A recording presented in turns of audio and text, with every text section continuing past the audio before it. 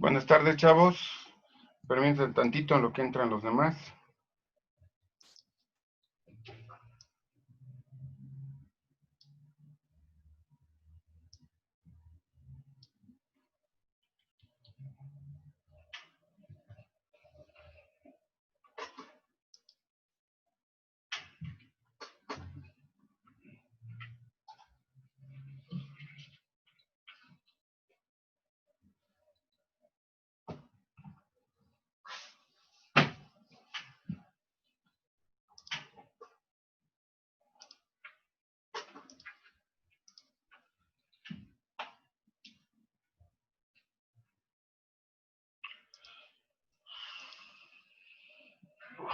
No tendrá como setting habilitar que se entraran solitos.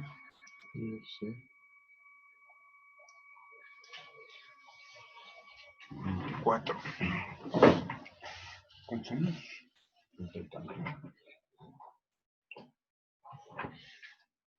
Ok.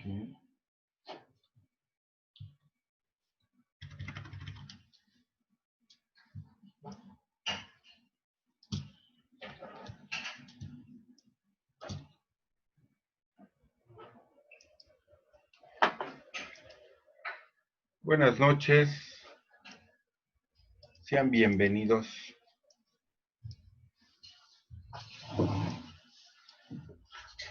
Esperemos tantito más y ya iniciamos.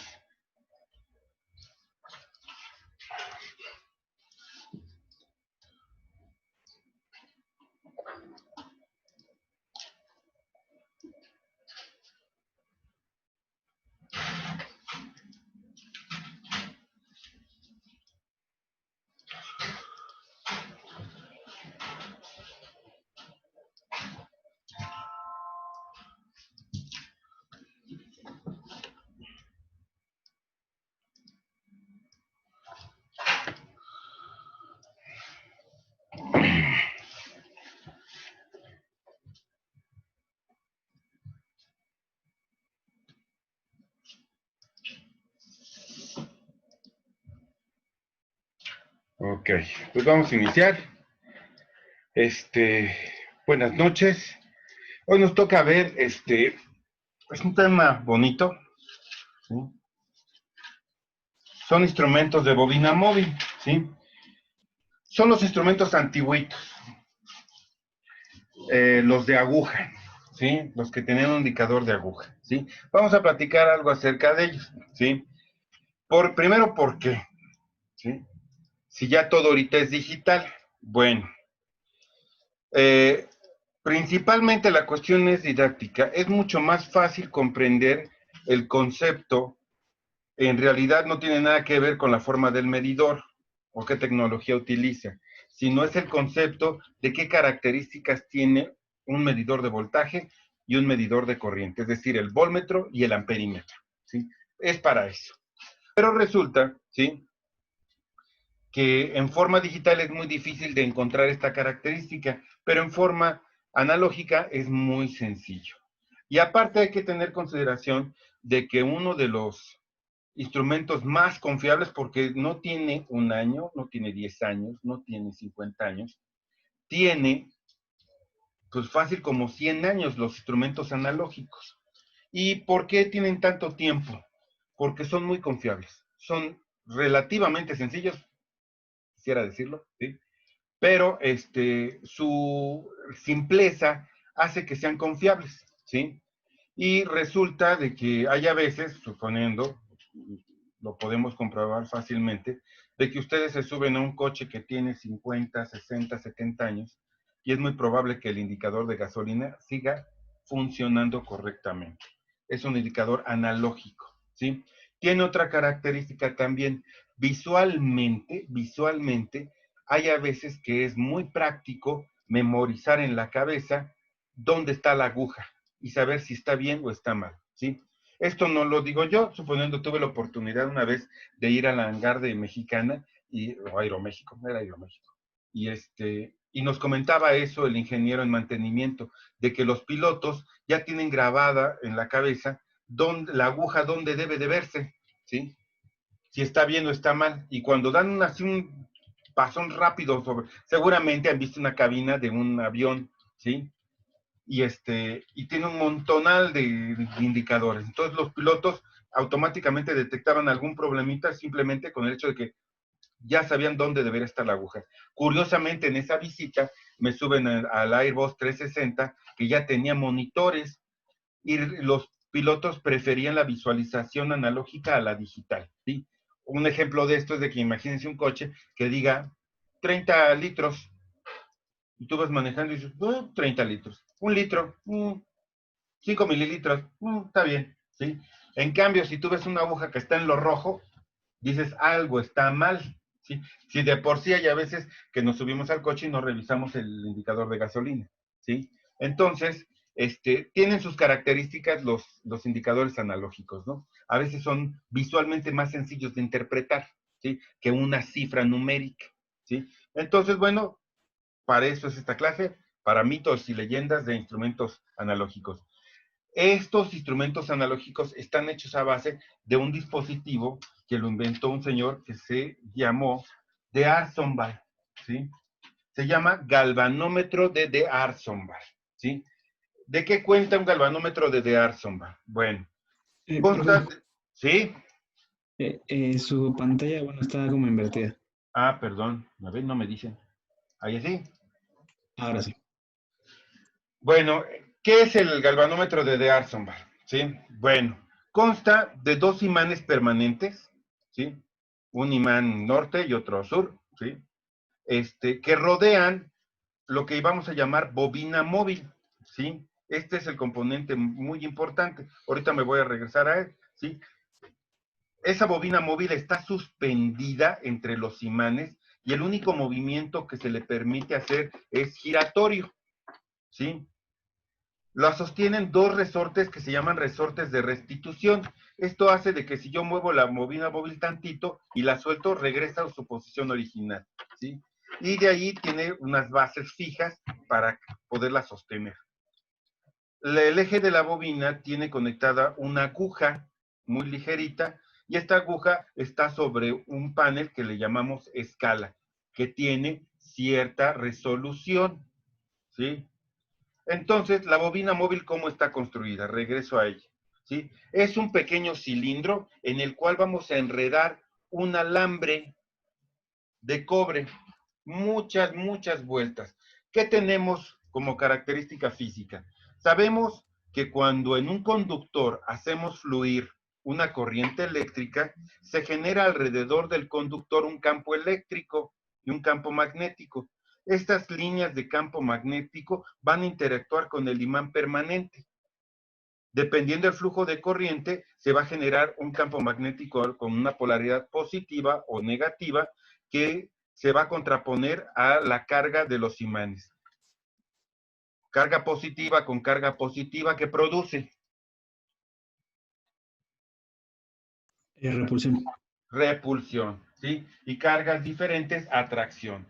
El único movimiento que se le permite a la bobina es girar. Así es de que resulta que el flujo de corriente es directamente proporcional a un torque que se genera en la bobina, haciendo mover la aguja, ¿sí? De un lado hacia otro. Yo tengo cero flujo de corriente, pues me va a marcar cero movimiento. Va aumentando el flujo de corriente y va a ir moviendo la aguja, ¿sí? Si es muy súbito el flujo de corriente, ¿sí? Pues va a hacerle el movimiento muy rápido. Ahora, yo quiero tener un campo magnético que genere la bobina bien uniforme, ¿sí? Por cada línea de conducción genero una línea magnética. Así es que quiero tener muchas. Una característica, entonces, para que esto sea pequeño y no sea un galvanómetro del tamaño de una ventana, ¿sí? Pues lo quiero pequeñito, así como los que tiene el indicador de gasolina de un coche, ¿sí? Lo quiero pequeñito. Entonces es una bobina chiquita. ¿De qué grosor va a ser el cable que le voy a poner, el alambre?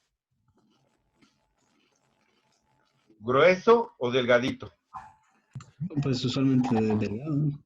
Exactamente, si utilizo un cable muy grueso, cada vuelta que le dé va a formar cierto diámetro y yo quiero muchas vueltas. y otra vuelta, y otra vuelta, y otra vuelta, y otra vuelta. Entonces, si quiero unas 500 vueltas, imagínense si utilizo un calibre de 2 o 3 milímetros de grosor.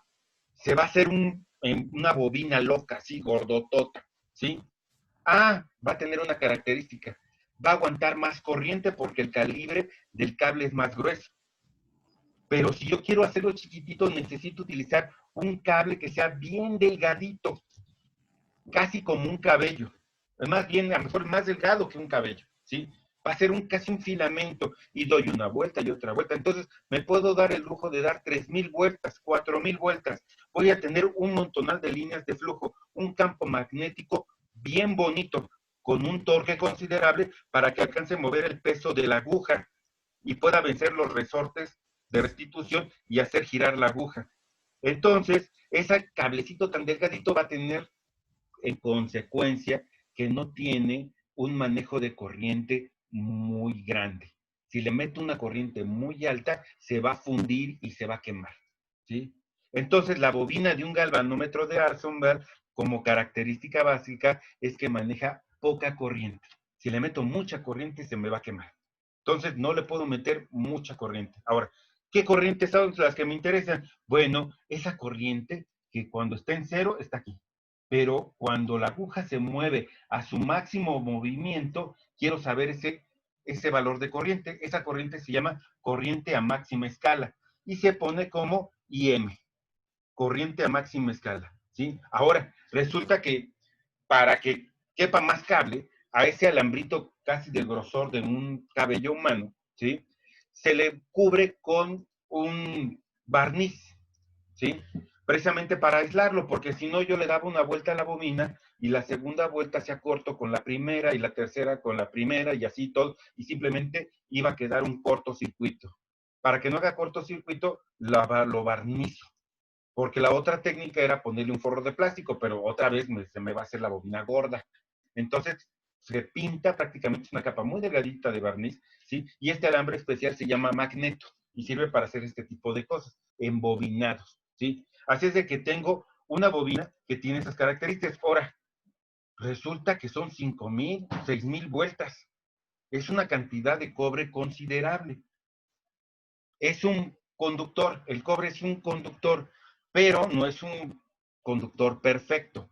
En cierta longitud de material voy a tener una resistencia. Entonces resulta que al hacer una bobina, yo voy a tener como característica una corriente a máxima escala, que es la que se necesita para desplazar la aguja hasta su máximo movimiento. Y la otra, de tantas vueltas que le di de cable, va a sumar una resistencia. No es muy grande, pero sí es considerable. Puede llegar a ser hasta de 100 ohms, ¿sí? 50 ohms, 150 ohms, 13 ohms, dependiendo la bobina, ¿sí? Pero sí es considerable. No podemos decir que es cero. Es una resistencia que tiene un valor. Para no estar haciendo este dibujito, que está muy bonito, me quedó muy bonito, ¿sí? En los diagramas, pues no podemos estar haciendo esto, lo vamos a simplificar con un símbolo de una aguja que indica la corriente máxima a escala y una resistencia RM minúscula, que es la resistencia interna del galvanómetro, ¿sí? Para poder hacer un diseño de ¿qué? De un instrumento de medición, ¿sí? Y ahora, les pregunto yo, un instrumento de medición como característica principal que damos su precisión, su exactitud, pero también tiene que hacer algo. Cuando yo lo conecto para medir, ¿cómo lo tiene que ver el dispositivo, el circuito, la aplicación donde lo conecto? ¿Cómo lo ve al instrumento de medición?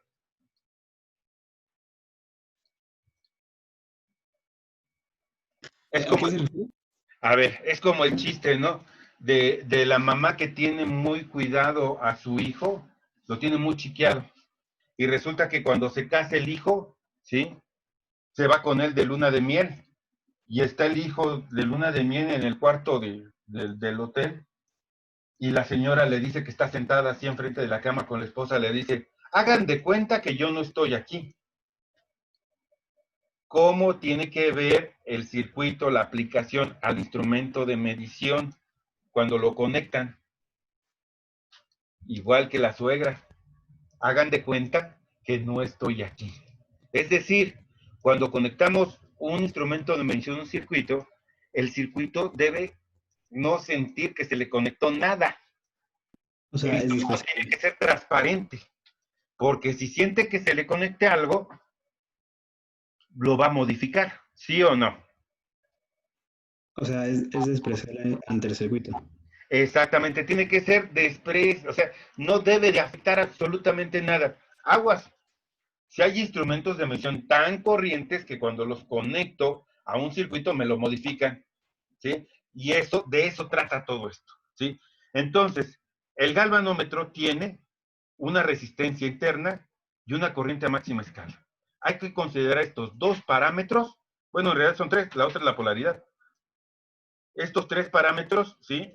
Para poderlo conectar, ¿sí? Con un galvanómetro se construye un instrumento de medición, ¿sí? ¿Sale? ¿Alguna duda hasta aquí? No. Bueno.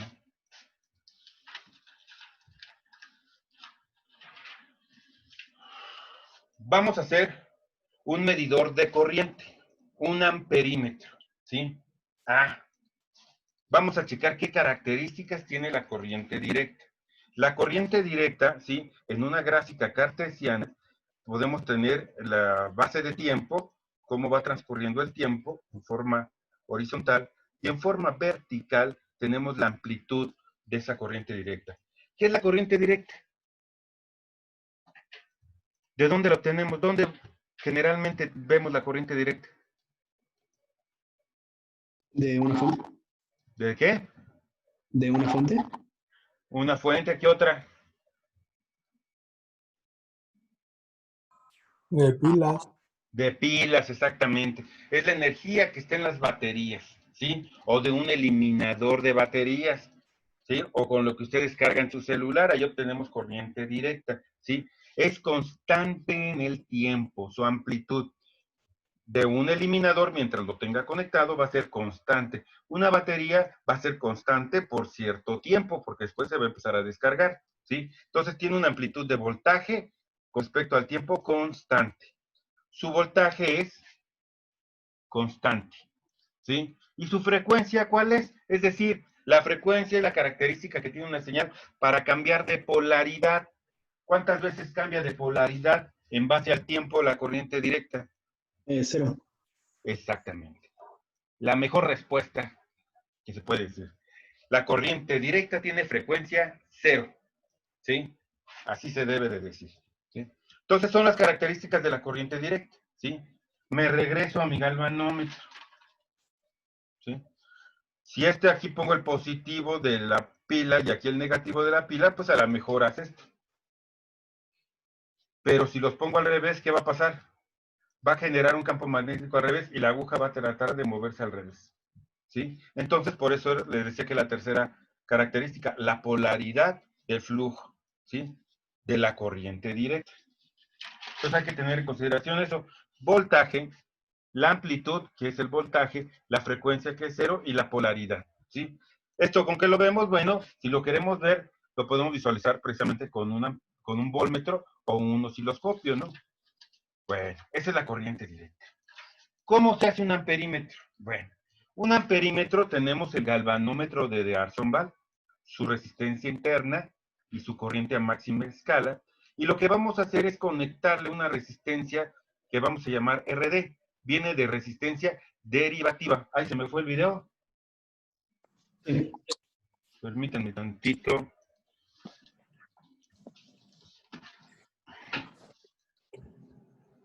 Aguántenme.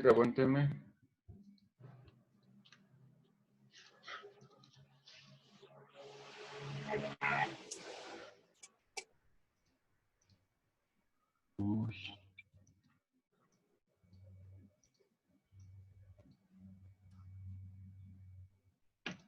Ay. Aguántame tantito, tuve una complicación técnica. Pero, Tantitito. Se llama E2E Soft EV Camp. Bueno, les sigo platicando en lo que la resuelvo, ¿sí? Antes de que, A ver, dime. Antes de que continúe rápido, le quise enviar por mensaje mis archivos de Ajá. la clase de los acuerdos y Los acuerdos, sí, no hay problema con eso, ¿sí? Lo que sí necesito hacer todavía son los cuestionarios. Cuestionario 1, 2, 3, y ahorita ya vamos para el cuarto, ¿sí? Entonces, un mensaje a partir de un tip que pueden anexar un adjunto, la siguiente semana. Yo sé que no se pueden llegar a conectar, no es posible por conectarse. Aunque sea un ratito, bajen el cuestionario y me después si tienen una copia. hola. Ya, sí, a ver, dime. ¿Qué otra duda teníamos?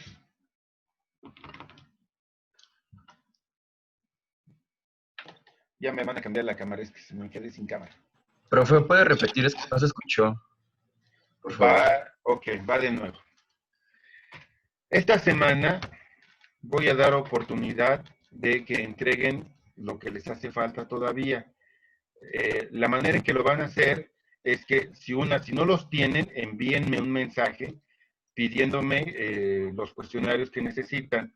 Yo les respondo el mensaje con los cuestionarios y los resuelven y me los regresan de nuevo por Blackboard mandándome un mensaje con el agregado de sus cuestionarios, ¿sí? Y se los cargo, ¿sale? Recuerden que los cuestionarios que dejamos los días martes, ¿sí? Son solamente para... Y los de los días viernes son para cubrir asistencia y van también con una conclusión que es de la práctica que hagamos. ¿Ok? Y profesor, Sí. disculpe, en lo que sería la práctica 4, la del día de hoy, el cuestionario 4, perdone, Ajá. en el enlace no aparece ningún documento. Ay, no me digas. Sí, profe, le damos como descargar, pero nos manda directo a subir ya el archivo, pero no está. A ver, ahorita lo checo, no se preocupen, ahorita lo checo. Está tranquilo, esto es cortito, pero ahorita lo reviso. Se supone que si lo subí, pues ya ven, se me va. Ya se ve la imagen. Nada más al revés, ¿no? No sé si está bien. Yo no alcanzo a verla bien, profesor. Se escucha medio trabado, profe. Sí, también yo los escucho igual. Yo creo que sí es la conexión de todos lados. A ver.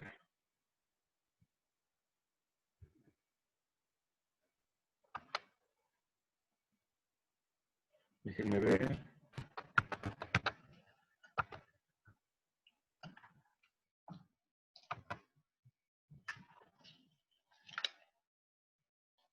Así.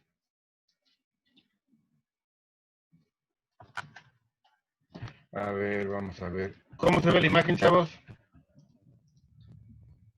¿Se quedó, profe? Y sí tengo problemitas con el audio, pero déjenme ver si le reducimos la carga aquí.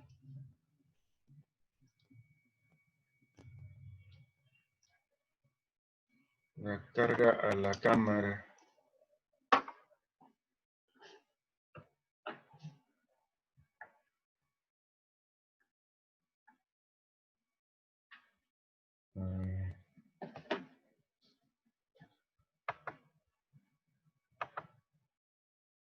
¿Así se oye mejor? Ahí va. Sí, profe. Sí, profesor. Bueno, vamos a esperar que se... Bueno, regresando ya a la imagen, ¿sí? Yo quiero medir una corriente, ¿sí? Yo quiero medir una corriente. Sí está bien la imagen, ¿verdad? ¿Sí se ve derecha? Sí. Ok. Medir una corriente, ¿sí? Permítanme.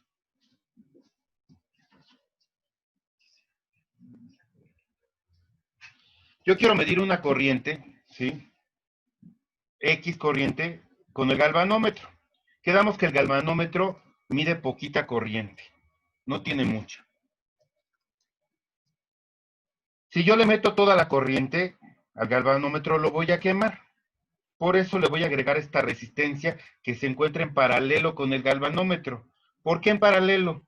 Porque resulta que cuando entre una corriente máxima, se va a dividir en este nodo, ¿sí? En este nodo se va a dividir en dos. En una que voy a llamar corriente derivada y la otra, la corriente a máxima escala. Es decir, la corriente máxima que yo quiero medir debe de mover la aguja a su totalidad en el galvanómetro. No puedo permitirme que pase más corriente, si no se va a quemar. La máxima, la corriente a máxima escala va a ser la más que debo dejar pasar. Toda la demás se tiene que pasar por la resistencia. Recuerden este truco.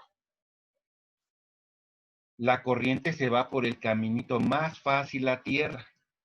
Entonces, si yo tengo una resistencia, suponiendo, de un valor de 100 ohms, que valga RM, que la resistencia interna del galvanómetro sea de 100 ohms, para que sea más atractivo el caminito y se vaya la corriente que está sobrando por RD, RD debe de ser de un valor menor que 100 ohms. Si esta es de 100 ohms, esta pudiera ser de 50, de 30, pero va a ser un camino más fácil hacia la Tierra, ¿sí? Entonces, ¿sí? Son dos resistencias. Recuerden que este es un símbolo. Son dos resistencias conectadas, ¿sí? En paralelo. La corriente máxima va a ser igual a la corriente derivada más la corriente máxima escala. Pero lo que se ve en estas terminales, la positiva y la negativa, es el paralelo de la resistencia interna. No se alcanza a ver, ¿verdad? Ahí así. De la resistencia interna, ahí se alcanza a ver la fórmula. La resistencia interna del amperímetro total, que la voy a llamar R mayúscula M,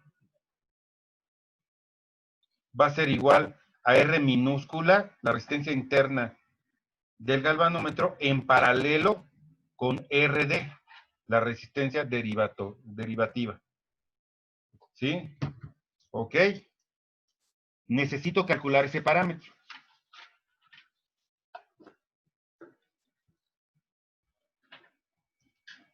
Vamos a ver. Lo voy a ir subiendo conforme lo vayamos necesitando. Entonces, para el amperímetro de corriente directa, la resistencia interna total del amperímetro es igual a la resistencia interna del galvanómetro en paralelo con la resistencia derivadora. Haciendo la formulita correctamente del paralelo, para dos resistencias, quedamos que es la multiplicación entre la suma, ¿sí? Cuando tenemos dos resistencias en paralelo conectadas, ¿sí? ¿Qué es lo que pasa? Tenemos algunos casos interesantes. Si la resistencia interna del galvanómetro es mucho mayor, ¿no se oye?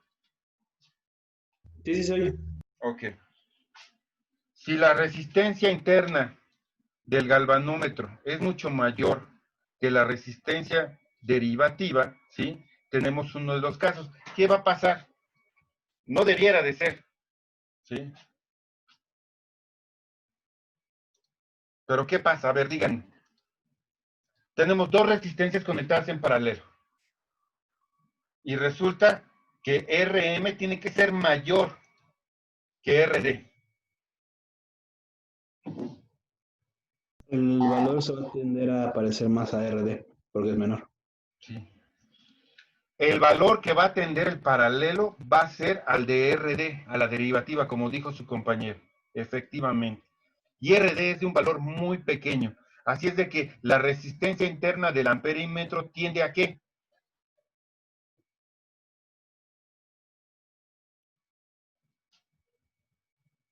¿A qué valor? A RD. A RD, pero ese valor tiene que ser pequeño. ¿Sí? Tiene que ser pequeño. ¿Sí? Para un amperímetro, idealmente, es decir, oye, ¿sí? Yo me quise haber casado con una como Maribel Guardia, idealmente, pero no me casé con Maribel Guardia, ¿sí? Entonces, ¿cuál sería el valor idealmente de RM? Idealmente. A ver, díganme. Tiene que ser pequeño. ¿Cuál sería el valor ideal? ¿Quién lo dice? ¿Cuál es el valor más pequeño que se les ocurre? 0. Exacto. Idealmente sería 0. Ah, que sí, deja entrar a un compañero. Bueno, sí.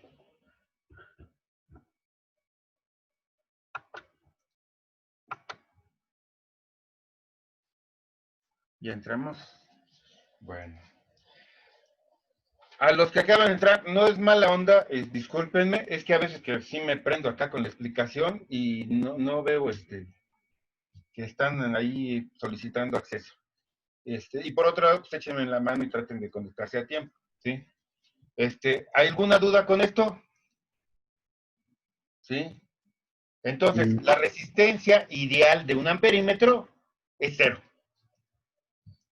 En la vida real va a ser muy pequeña, ¿sí? Va a ser muy pequeña. Al conectar estas dos resistencias y por la característica que vimos del circuito, al conectarlas en paralelo y que yo quiero que la corriente se vaya por RD, resulta en esa condición que la resistencia interna va a ser muy cercana a 0, ¿sí? Va a ser muy cercana a 0, ¿sí? Entonces, ahorita no quiero dejar a mocha la explicación, ¿sí? Pero vamos a ver cómo se comporta esto ya cuando medimos en un circuito, ¿sí? Vamos a checar eso. Bueno, vamos a ver si no se nos corta antes. Ahí está mi circuito.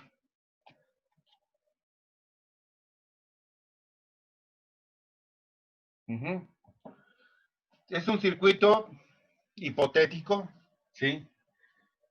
Son de esos circuitos que no sirven para nada, nada más que para hacer un experimento, ¿sí? Tengo una fuente de alimentación, tiene conectada una resistencia que llamamos R1, luego R2, es de 3 mallas, ¿sí? Y yo quiero medir la corriente que va a pasar a través de la resistencia R6.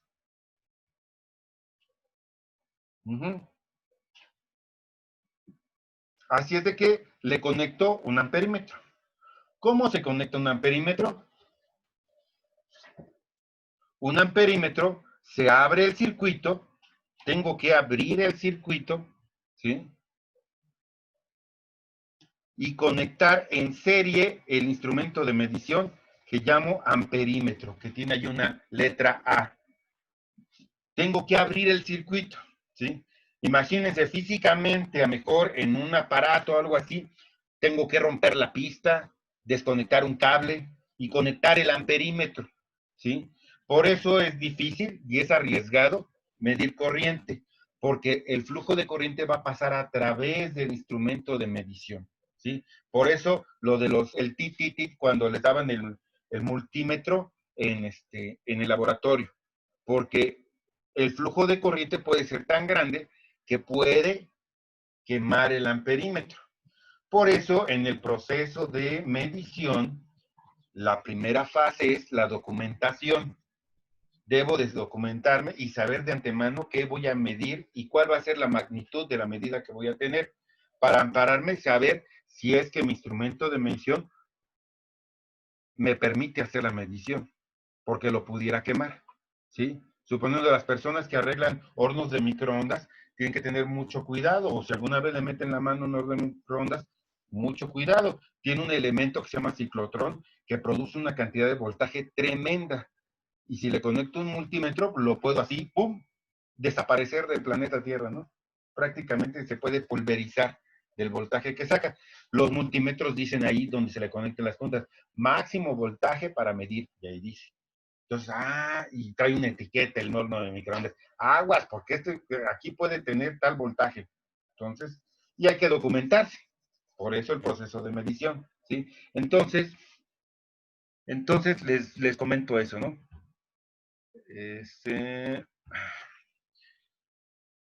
¿Qué más? Entonces, bueno, se conecta en serie, ¿sí? Al conectarlo en serie, díganme qué pasa si fuera un amperímetro ideal. ¿Cuál sería su resistencia? 0, ¿no?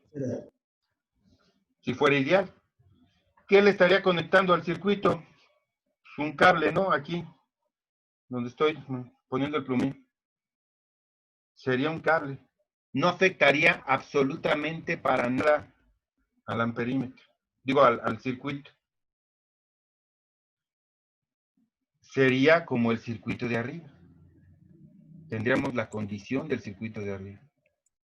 Como si estuviera funcionando correctamente. Sin nada. Por eso es importante checar esa característica del amperímetro. Entre más baja sea su resistencia interna, mejor va a ser porque va a afectar menos al circuito. ¿En dónde lo va a afectar? Aquí lo tenemos, ¿sí? Tengo este CR6. Este CR6, no 5. Este CR6. Y tiene conectada la resistencia interna del amperímetro. ¿En qué va a ser?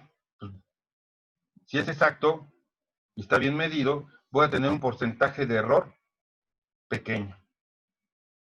Si la resistencia RM es pequeña, el porcentaje de error es pequeño. Eso es lo que me interesa al final, ¿sí? Si es un buen instrumento de medición, lo conecté adecuadamente, que es el amperímetro que se conecta en serie con el circuito, voy a tener un error de medición por un porcentaje de error de medición pequeño, porque su resistencia es pequeña. Para eso nos sirvió todo el cuento del galvanómetro, para ver cómo estaba construido por dentro y qué efectos tenía sobre el circuito, ¿sí? Ahorita regresando a la siguiente sesión, que empieza a las 9:05, ¿sí? Quiero que reflexionen esto. Si tienen alguna duda, me la preguntan luego llegando. Y para que vean, y checo lo del cuestionario, ¿sí? 9:05 y vemos el efecto ahora contrario que tiene un medidor de voltaje. Entonces, nos vemos 7:05, chavos. Dejen checar viendo lo del archivo. Esa imagen actual no se ve completamente hacia abajo. ¿Qué es lo que dice debajo de porcentaje de error? Muy pequeño. De acuerdo. Gracias. Ahí.